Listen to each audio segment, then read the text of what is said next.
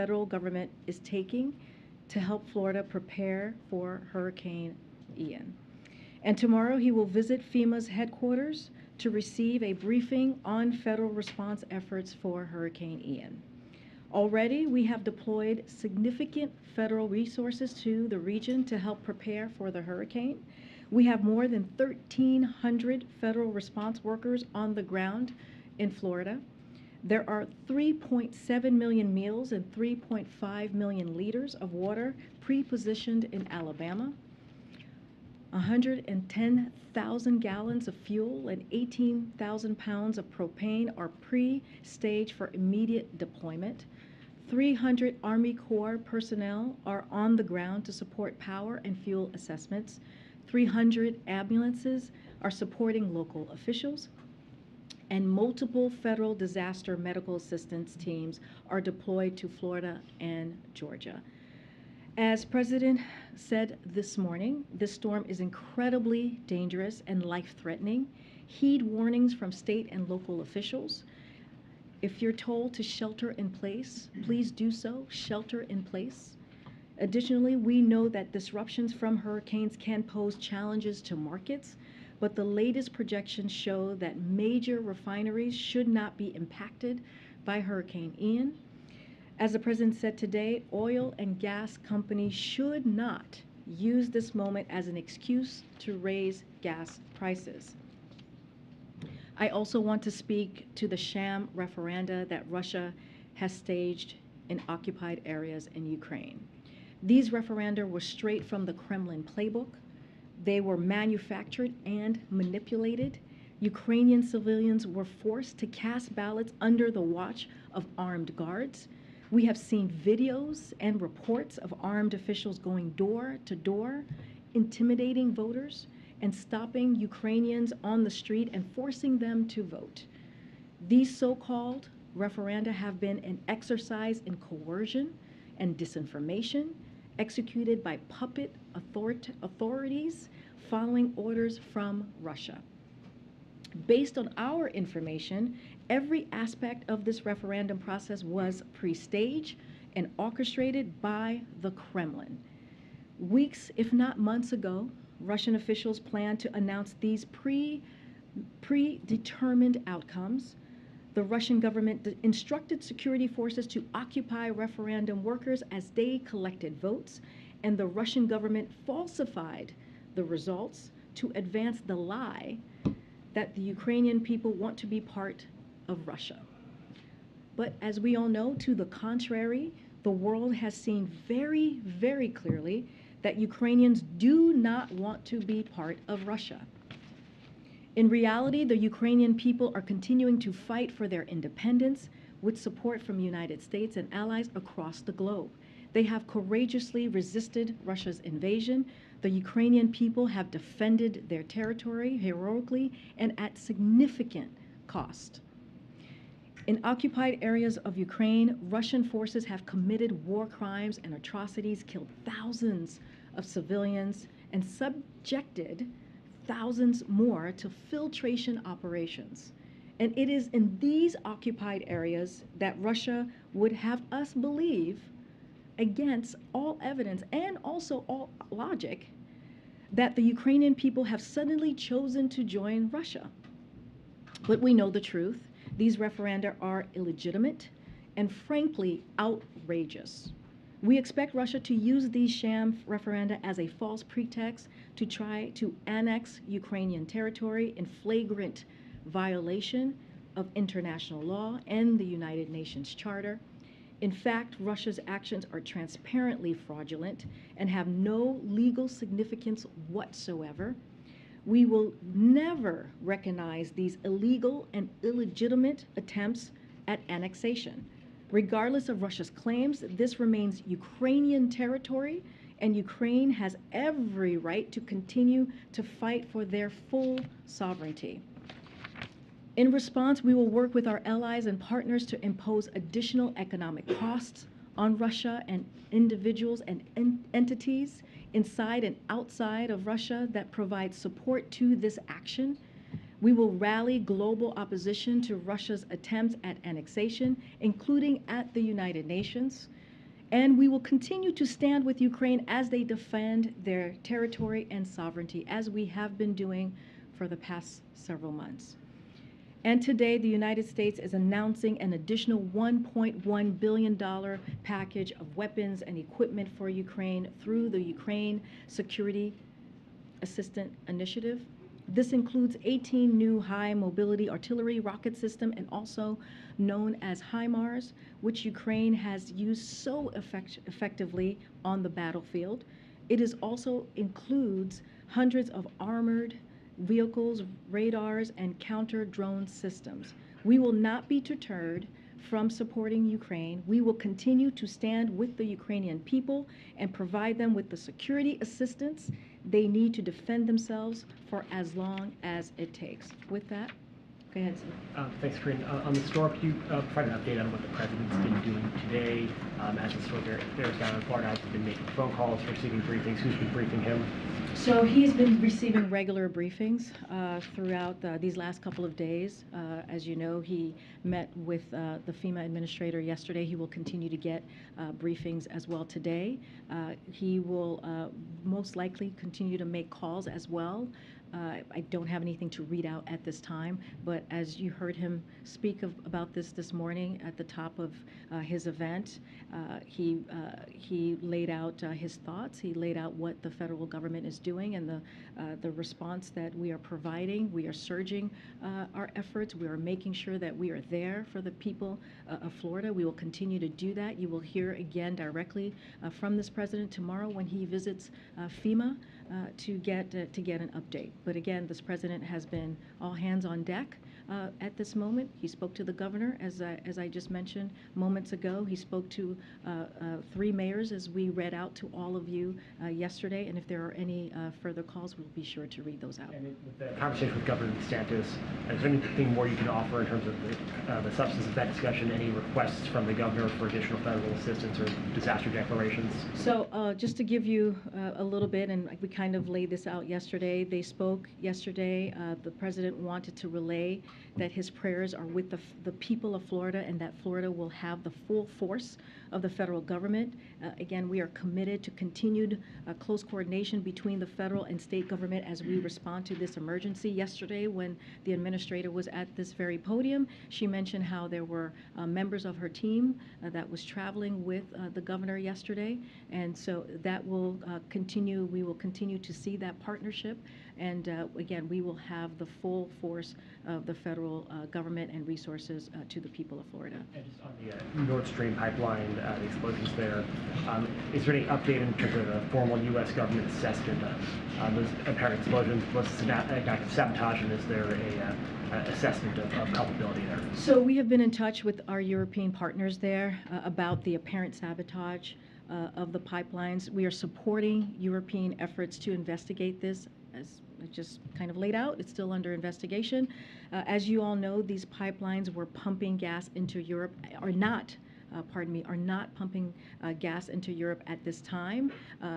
Nord Stream 2 was never operational, and NS1 has been shut down for weeks because of how Russia is weaponizing energy. No assessment of that? No assessment as of yet. The investigation is still underway, and it could take some time, so just letting you all know what we expect, that it will take some time.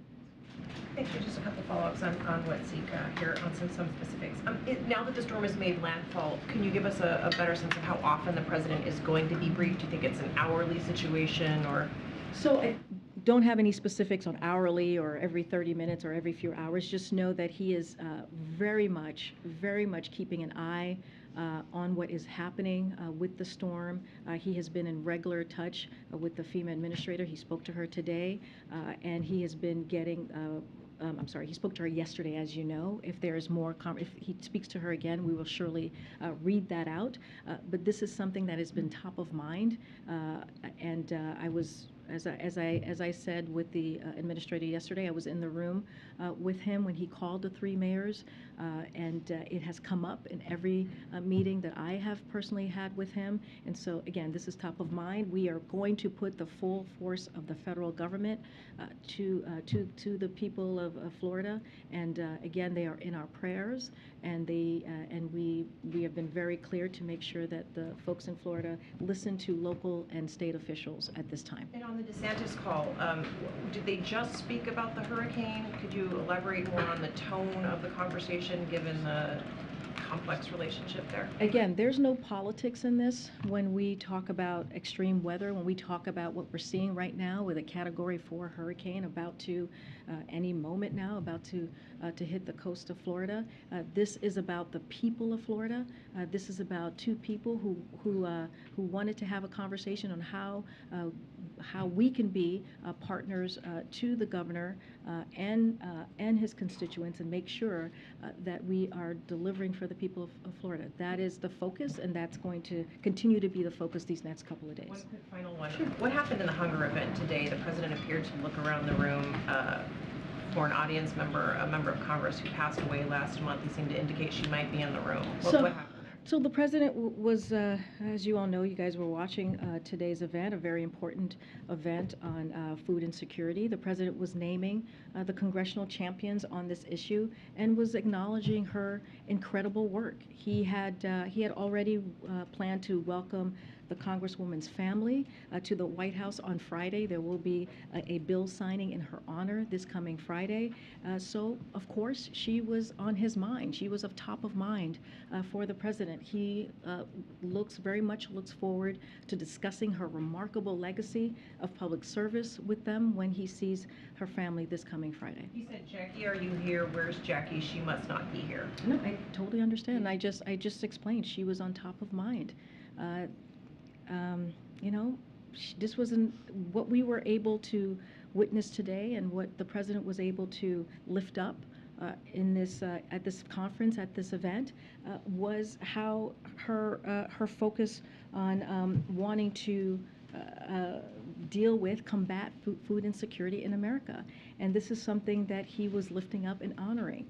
And again, he knows that he's going to see her family this coming Friday. There's a bill signing that's going to happen in renaming a VA clinic in Indiana after the late Congresswoman. He knows that he is going to see her family, and she was at top of mind. The State Department's Amos Hochstein, within the past few days, has met with the Saudi Prince MBS. What is the U.S. telling Riyadh and OPEC more broadly about its upcoming output decision? So I don't have any details of that meeting. As you know, that is indeed, we had some White House officials in the region most recently. I don't have any more details to share. Okay. The EU said any deliberate disruption of the Nordstrom Pipeline would be met with robust and united response. Mm-hmm. Does that united response include the U.S.? And what type of responses should we expect, given how important that asset is to the region? So, as I just mentioned before, it's going to take some time to see who is behind this, and so there's an investigation underway. And I will say that attacks on critical infrastructure of our European and NATO allies is a matter of concern for us. And we will continue to be vigilant on this and coordinate with our allies and partners. But again, the investigation, as we understand it, is going to take some time, and it's underway. The Energy Secretary said today in an interview, I think with Bloomberg, that all energy infrastructure operators in the Baltic Sea area, as well as U.S. LNG ships bringing LNG over to the EU, need to be on, quote, high alert, given what we've seen with the pipelines. Has there been a shift in the U.S. security posture in the region because of the allegations of potential sabotage? Don't have anything to share on any shift of security posture in the region. But look, we take this, we take this very seriously, and this is of concern to us. And so again, we're going to let the investigation occur. It's going to take some time, and we will be there for our European partners and allies, and also our NATO allies. You detailed this strenuously at the top. This was so transparent and so telegraphed in terms of the referenda and the kind of sham annexation efforts. Why wait until after annexation to take action in terms of imposing costs economically? Is this a legal issue? Is this making sure people are united? Why wait until it's done when you know it's coming? So that is the posture that we all taking with our allies and partners. Look, we are, but again, it does not take away from the fact, the pure fact that we are prepared to impose swift and severe economic cost on Russia when they move forward with annexation on individual and entities inside and outside of Russia that provide support for this action. You know, we will continue to stand with the people of Ukraine as they defend their territory. Look, you know, there was a process here. We knew this was coming. This was part of the Kremlin playbook. But if they do indeed move forward, and they move forward with the annexation, we will be prepared with our partners and allies. And just one more quick follow-up, because I'm trying to get my head around the response. If the late Congresswoman was top of mind for the president and her family was expected to be here, and that's what he was thinking about, why was he looking for her? I'm not trying to be snarky here. No, I mean, and I'm... Between what you were saying and what he said there. And again, I think people can understand. I think the American people out there who, you know, watch the briefing from time to time, maybe at this moment, will understand when someone is at top of mind.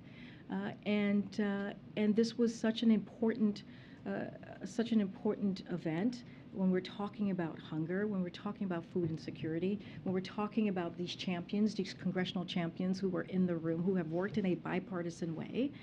We don't talk much about bipartisan actions that we see in Congress at this time. And as he was naming folks, she was on top of mind, and he understands and knew that he was going to see her family on Friday for this bill signing. Again, I don't think it's all that unusual to have someone top of mind, especially as there's a big event, two big events today and also Friday that is going to occur. And so he's going to see her family. They're going to honor her. They're going to celebrate her, and he will do a bill signing for this really critical, let's not forget, this critical, important issue for millions and millions of Americans across the country. Thanks, Karine.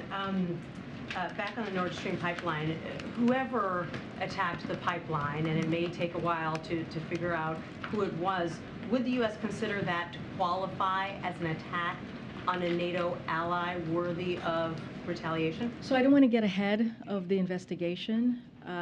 We have to see who is behind this at this time. I understand the question because it is a pipeline, and it is going to affect certainly our NATO allies. But we want to see where the investigation goes. Again, an attack on critical infrastructure of our European allies and NATO, our European partners and NATO allies is a matter of concern for us. But we will be there, and we will be ready to react once we have the investigation is completed. Former Russian President Dmitry Medvedev said that Russia has the right to defend itself with nuclear weapons, and that NATO would be too scared of a nuclear apocalypse to retaliate. Is he right about that? So let me say this again, and I've said this many times from this podium, so have my colleagues. There is one person responsible for this war that was started by the Kremlin, this war that was started by Putin, and he is that person. He is responsible for this war. And he decided that he wanted to brutally attack Ukraine on this unprovoked war, and this is on him. This is on Putin. Putin is the one that could stop this war anytime. And look what we're seeing from the people of Russia. They are protesting, they are signing petitions. Many of them do not want to fight this war or die for this war. You know why? Because it is incredibly unpopular. This war is not a popular war for President Putin. And what we're seeing in Ukraine is we're seeing the Ukrainian people bravely defend their freedom, bravely defend their sovereignty. And, you know, when we hear comments like that, we put it back on Putin. Again, this is Putin's war. He can end this. But is Medvedev right that NATO would be too afraid of a nuclear apocalypse to retaliate if Russia were to use nuclear weapons? So I will say this. We take Russia's threat to use nuclear weapons seriously, and we have been saying that the last couple of days in this briefing room. You've heard that from the National Security Advisor as well. You've heard that from the President last week when he was at the UN, but we have not seen any reason to adjust our own nuclear posture. And to be clear, we will not be deterred from supporting Ukraine. We have been clear that United States will support Ukraine as they defend their country and their democracy against Russian aggression for as long as it takes, as have our allies and partners, including the G7, and that's what I can speak to. I can speak to your question, I can speak to what our allies are willing to do, and that's continue to defend and to help Ukraine defend for their sovereignty. And then just very quickly, you said yesterday that the U.S. was ready to assist in the investigation if needed. As far as you know, is the U.S. providing any assistance in the investigation right now, and what kinds of assistance would be most helpful from the U.S.? So I don't have any specifics to lay out for you at this time, but again, as you know, as I've mentioned a few times just now, is that the investigation is underway, and this is something that is of concern to us. Thank you. Just to follow up on Nancy quickly, is it on the table for the U.S. to or engage in a nuclear response as retaliation if Russia were to launch a nuclear attack? So the president has said this, and so has Jake Sullivan. We have characterized the consequences a number of ways, as you've heard from him, Jake Sullivan and others, and many others on our team, which is including catastrophic, severe, and decisive. We stand by all of them. The key point that when we say consequences, we will be real and they will be extraordinary. And we have said that we have made that very clear. Jake Sullivan said this, I believe, on your network, your Sunday show, where he has communicated privately to the Russians, and they understand what the consequences will be. We are not going to lay them out here in public. I want to give you the opportunity to respond to something that was tweeted out today by the Russian government that said Joe Biden threatened to end Nord Stream. POTUS must give a definitive answer whether the United States acted on its threat on September 25th and 26th. Now, an administration official has called that absurd, but I just wanted to give you a chance to respond from the podium. So, look, the president said that NS2 wouldn't become operational, and we would work with Germany on that. And he was right, because Germany took the step in February to freeze it, which was widely reported by all of you. And so that is what the president was talking about at that time. But just broadly to the allegation that they're making online, that somehow the U.S. is responsible. No. Okay. And Karine, our CNBC team is reporting that the president's going to be briefed by his senior economic team later today on the economy, particularly amid concerns about what's happening in Europe and the UK specifically. One administration official saying the view continues to be that the United States is in a stronger position than any other country to navigate these global challenges, period. But my question for you, have concerns about a potential recession increased in the president's mind, given what we're seeing globally? Here's what I will say, and the president talked about this a little bit on Monday during his event. So he wants the American people to know, because of Americans' resilience and the economic strategy that we have pursued for the past 19 months, the United States of America is a stronger position than any other country to navigate these global challenges. And that's just period. That's the way we see it. That's the way his economic team sees it. And that's because jobs are up, incomes are up, people are back at work, and American manufacturing is roaring back, up to close to 700,000 new jobs just this past 19 months. And let's not forget the legislation wins that you have seen from the Democrats in Congress. When you think about the Inflation Reduction Act, that's just going to help us lower prices for the American people. So of course we are always watching closely, and we will continue to watch closely. As you stated, the president will meet with his senior members of his economic team, and he met with them on Friday. He will meet with them again today to get an update on the global economic developments, as he regularly does. But we feel like we are in a very strong position to weather these global challenges. Will the Treasury Secretary be there as well? So in attendance, I can share that with you. It's going to be the president's senior economic team, including secretaries of Treasury, Commerce, and Energy, the chair of the Council of Economic Advisors. Okay, Michael. Thanks, Karine. Obviously, the president spoke with the pre-Tampa Bay, Tampa area mayors yesterday, but the storm took a turn to the south last minute. So has the president spoken with any of the mayors being directly impacted by landfall? So I don't have any calls to preview at this time. Once we do, we will preview those calls. As you know, and we say this all the time, is our team is in regular touch with local officials on the ground, especially at this time.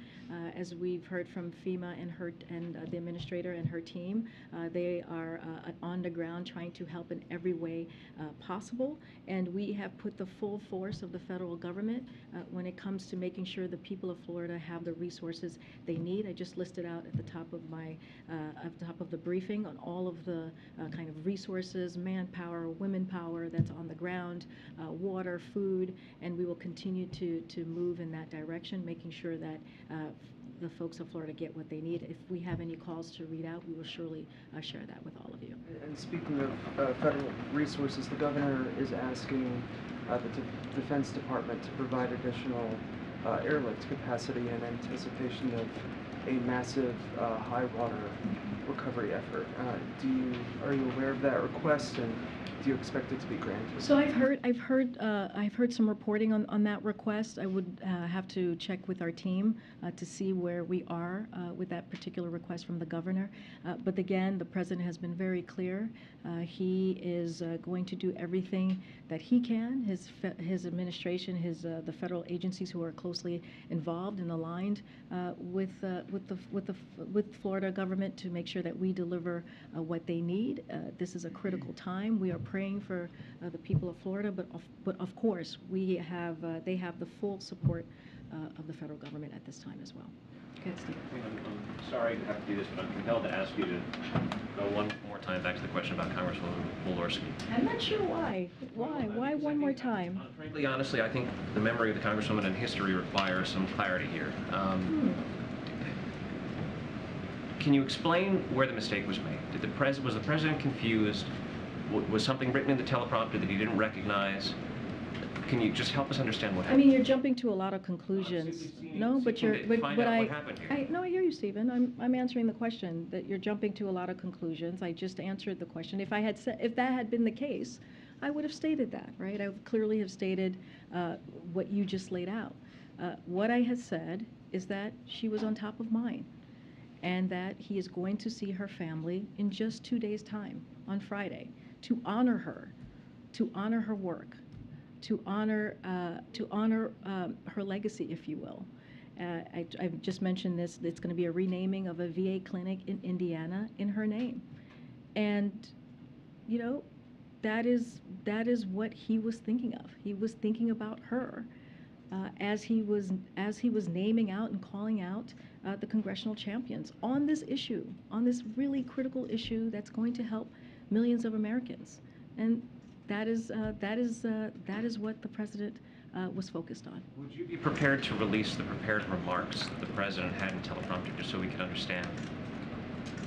I'm not understanding why that would be necessary. We always share the remarks that the president had, even delivered. That's probably going to be up on the website.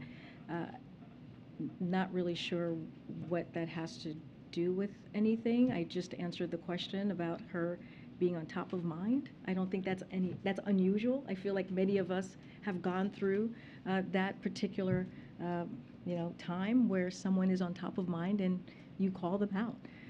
And you mentioned them, especially in this type of context. If you think about how he's going to see the family in 2 days, if you think about how when he sees them in 2 days, it's going to be for such an important moment, signing a piece of legislation that's going to rename a VA clinic in her state, that's important.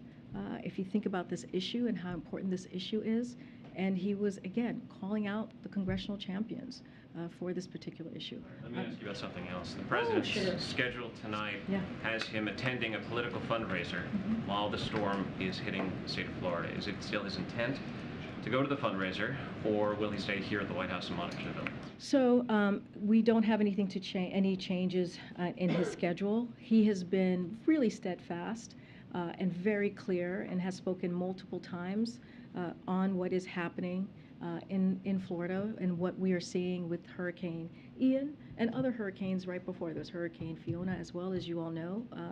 And so his administration is on top of this. He, again, signed the declaration for Florida even before landfall, right? The moment that the governor asked for assistance from us, within hours, the president signed that declaration. You can see how focused he is on it. You can see how important of an issue this is. And sadly, this is not the first extreme weather scenario that we have had to deal with under this administration for the last 19 months. And you have seen, and I think you would agree, Stephen, you have seen this administration respond with efficiency, respond with a full force of resources, and certainly take this incredibly seriously. The schedule has coverage, press coverage of the fundraiser tonight as restricted. Is the White House willing to lift that restriction and see to it that cameras are allowed in to videotape the president's remarks? So as you know, that's a political event, so that's something for the DNC to speak to directly. Karine, North Korea launched two short-term ballistic missiles off its east coast. Does the administration see this as time to Vice President Harris's visit to the DMZ, and are there any additional security precautions being made in light of that? So I'll say this. So as you know, North Korea has a history of doing these types of tests. So it's not it's not unusual. It is something that they do. Historically, North Korea can speak for itself on why. That's not something that I'm going to speak to from here. What I can speak to is our rock-solid commitment to the security of our Japan and South Korea allies, and the Vice President's trip is a demonstration of that commitment. And just on the permitting bill, you put out a statement yesterday after Senator Manchin withdrew the proposal. What is the administration's view of this legislation going forward, and is there any preferred vehicle for this bill? Senator Capito suggested the NDAA might be a possibility later this year. So a couple of things. So first, I want to say that the president wants the government to remain open, and is glad that to Congress for making progress on continuing budget resolutions. So I want to state that very clearly.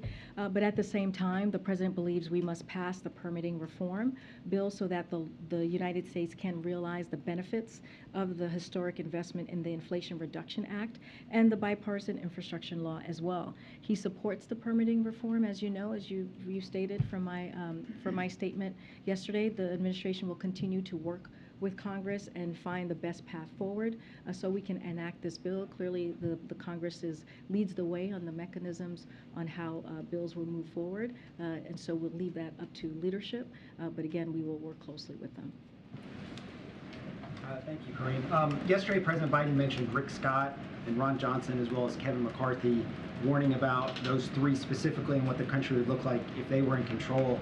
I wondered if you could talk about whether this will continue to be a theme for the president, and also he doesn't often mention Mitch McConnell in that context with those, and so does he view McConnell as differently from some of those? No, I wouldn't go that far. What I would say is that those are the three that have been very vocal about the GOP agenda. Those are the three that have been very vocal about putting Medicare and Social Security on the chopping blocks. When you think about when they say protect the lives of unborn children, they mean a national ban on abortion that puts doctors and nurses in jail for performing miscarriage management or saving the health of the mother. When they say, and I just mentioned this, when they say save and strengthen Social Security and Medicare, they want to slash private Social Security and put Medicare on the chopping blocks every 5 years. And so this is what we have seen from these three in particular. I mean, McCarthy was someone that we talked about because he had the GOP agenda. The GOP agenda, which does not have a commitment to the American people, which does not have a commitment in making sure that Americans get lower medical costs, our seniors get low medical costs, or fight inflation. Matter of fact, the first thing that he wanted to do was get rid of the Inflation Reduction Act, which would actually hurt Americans. And so that is why we're calling them out. They've been very vocal and very out front about their GOP agenda, which is not about the American people, which is about their own, fight for big pharma, their own fight for wealthy special interests. And we are doing the complete opposite. We are fighting for the American people.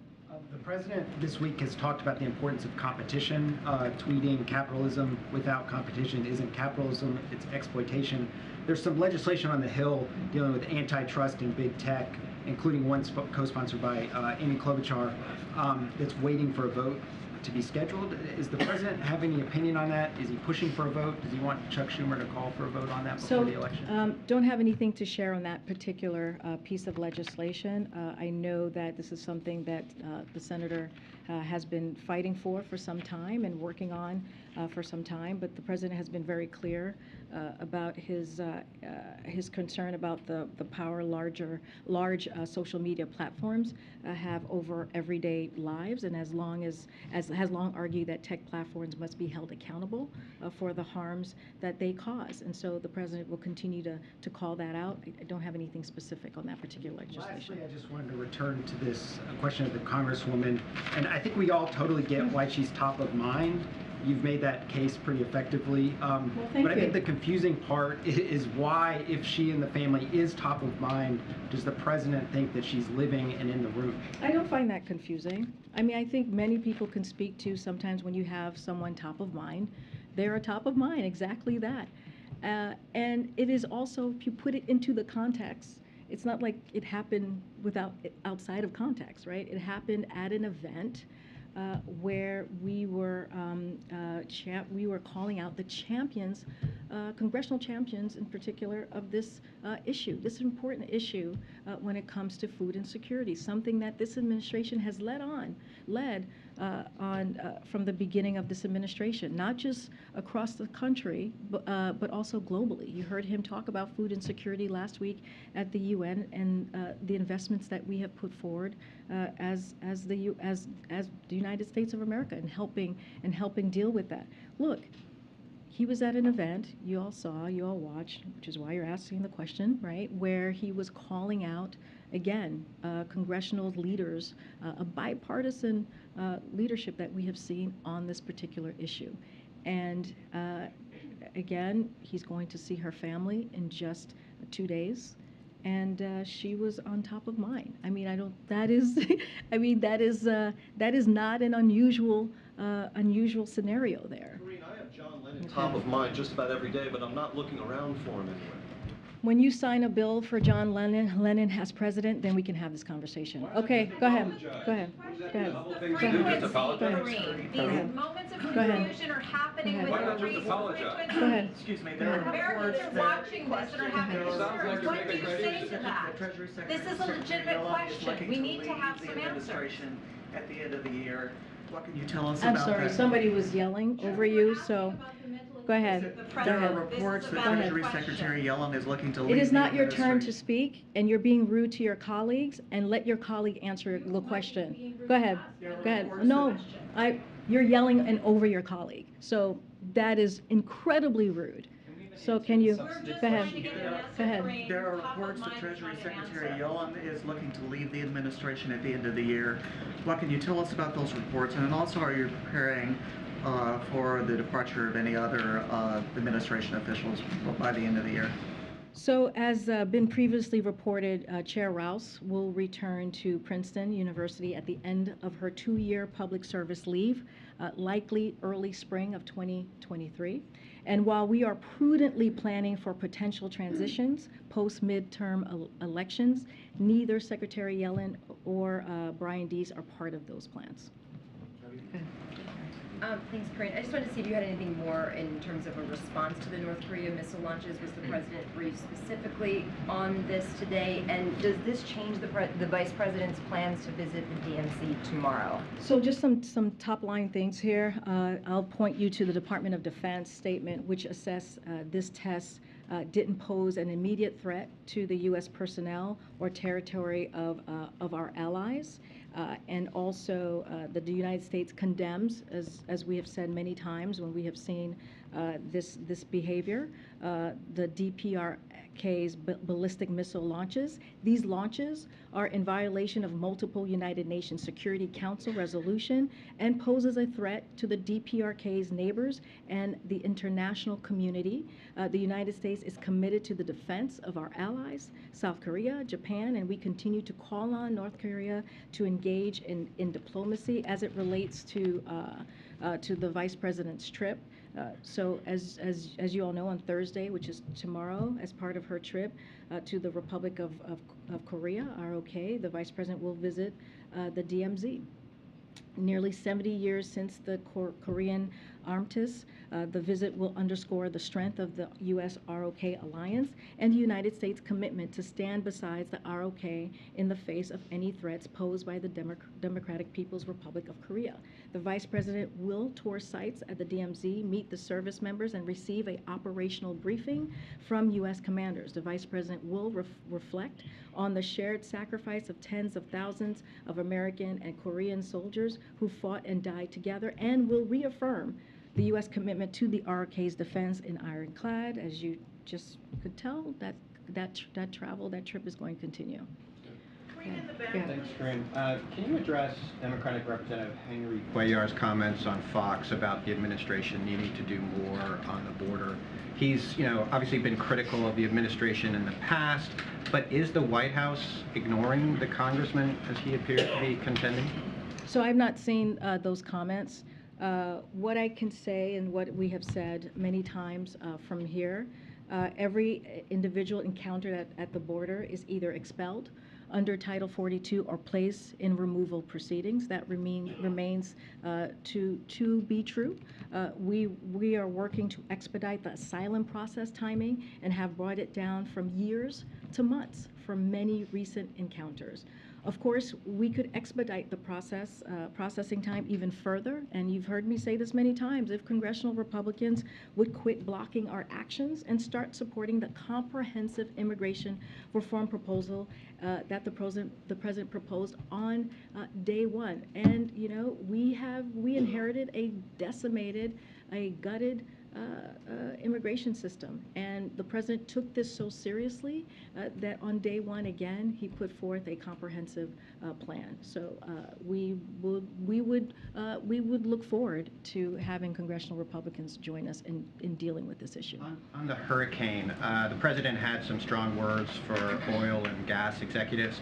I wanted to ask, is the White House following up individually with those executives to speak directly about these kind of concerns?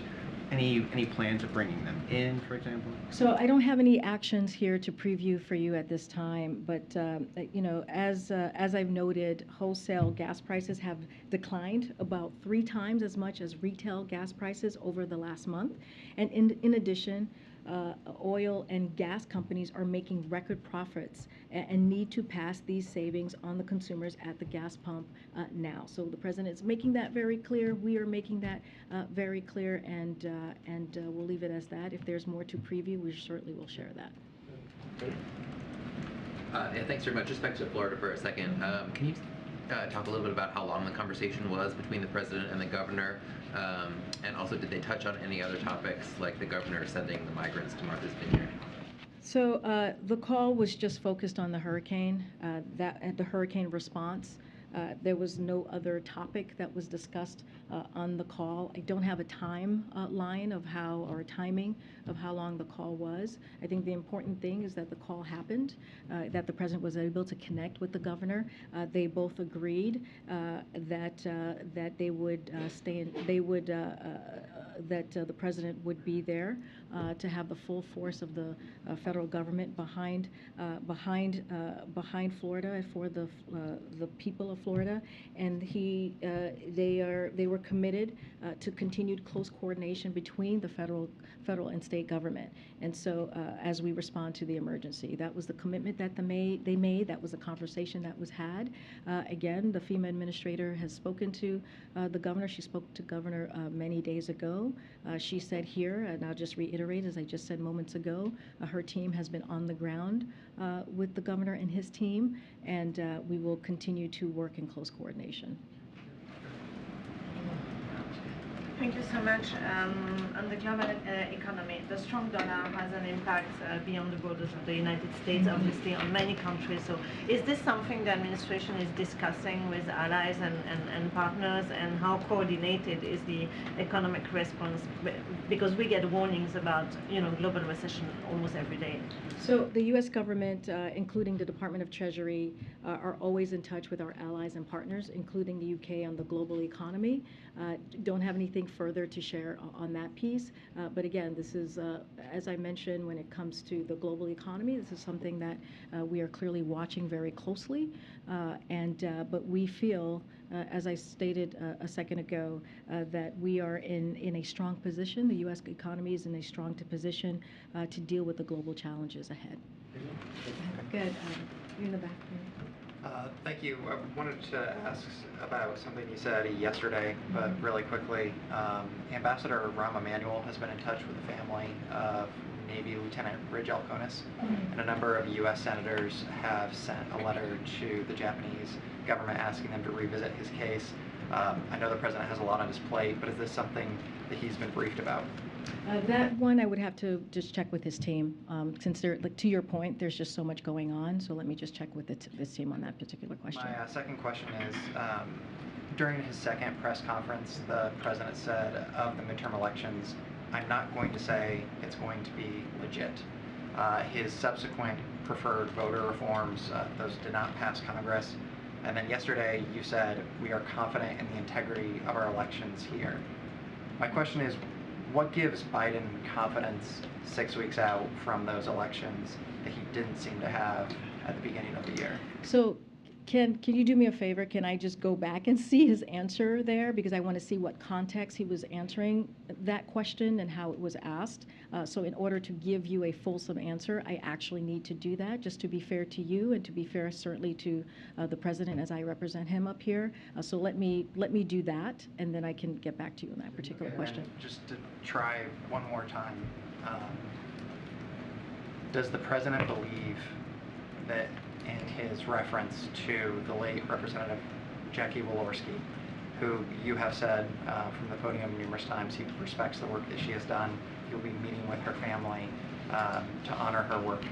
Does he believe he handled that reference appropriately, or is this something that he would like to get back? Like to get back what? He said, where is Jackie? Look, I know this is a question that many of you have had. I've answered it multiple times already in this room, and my answer is certainly not going to change. All of you may have views on how I'm answering it, but I am answering the question to the way that he saw it and the way that we see it. We have to remember as well is that, this was an important event today. This was an event about food security. This was an event about how we're going to take the steps to get to eradicate hunger by 2030. And that is something that the president takes very personally. That is something that we wouldn't be doing this event that has not happened since President Nixon, right? That was 50 years ago that an event like this occurred at the White House. So clearly this is something that is important. Clearly this is something that he really honors both Republican and Democratic congressional champions when it comes to this issue. Again, she was at the top of mind. He is going to be seeing her family in 2 days to honor her, to honor the work that she has done. And this was a remarkable legacy that she had, and we should be honoring that. I'm going to go to the back. Go ahead, Ellie in the back. Governor Gavin Newsom has been successful in keeping universal school lunch, the program in California. They're seeing lots of great results with that. And I know that's an aspect of what they're talking about today, and that the administration, the Biden administration, does support universal school nutrition. However, the program was scrapped, and I'm wondering if there's any way to circumvent Congress in keeping a free school lunch. So the American Rescue Plan is what you're talking about, provided states to have those types of programs in schools. And again, when you think about the American Rescue Plan and all that it afforded, how it turned the economy back on, how it allowed states to really give a little bit of breathing room to their own constituencies, whether it is at schools, whether it is helping small businesses get back on their feet, and let's not forget opening schools as well. This is something that Democrats in Congress, including the president, had a zero focus on, like zeroed in on that focus on. And it was a bold action that the president believed needed to be taken. And let's not forget, it also helped to really deal with child poverty in communities that have really been hurt by this. And so, look, don't have anything new to share on that piece of that question that you just asked me, but I think it's also important to highlight how important the American Rescue Plan, how much it changed lives. Is there any potential that universal school lunch will come back within this next couple of years? Again, don't have anything to preview, but I also want to list out how important that American Rescue Plan was. And it gave states the funding to do just that, to do what you are laying out, and how critical that was at the time during a beginning of a pandemic, or even in the middle of a pandemic, because it lasted for some time, to deal with that issue. Don't have anything else to preview. I don't have anything else to share about what Congress is doing on that particular issue. But again, that is why this food insecurity issue that we dealt with today, this conference that we haven't seen in 50 years, and what the work of the agencies have been doing just for the past several months to deal with food insecurity, the fact that we are trying to end hunger by 2030, and not just us, in a bipartisan way with Congress, with this president. And so that is our work ahead, to see if we can get to that goal. And we put out a fact sheet. We listed out the ways that we're going to get there. Yeah, all right, thanks everybody. I'll see you on Friday. Thanks everybody.